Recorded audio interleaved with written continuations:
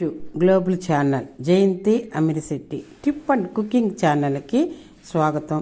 బంతిపూలు Mary gold అని కూడా అంటారు వీటిని. ఇవి మన ఇంట్లో ఏ చిన్న ఫంక్షన్ జరిగినా పూజ చేసినా బంతిపూలు ఉండటం అనేది చాలా కామను.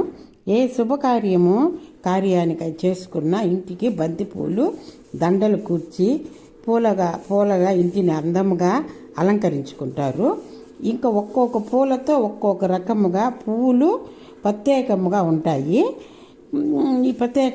చూడడానికి ఎంతో అందంగా కనిపించే పూలల్లో బంతి పూలు ఒకటి. అయితే ఈ పూలను కొంతమంది పూజకు వాడకూడదు, కొంతమంది వాడవచ్చు అని పండితులు దీని గురించి అంటుంటారు. మనం దీని గురించి తెలుసుకుందాం, అసలు ఎందుకు వాడకూడదు అని.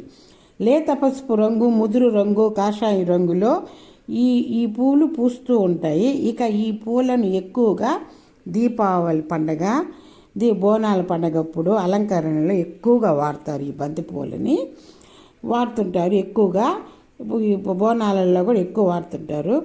బంతి పూలకు శాపం ఉందట. శాపం ఉండటం వలన బంతిపూలు పూజకు ఉపయోగించరట పండితులు చెప్తున్నారు. బంతిపూలు కొంతమంది ఏం చేస్తారంటే బంతిపూలు పూజకు ఉదయం సాయంకాలం చేసేటప్పుడు వాడుతుంటారు కదా.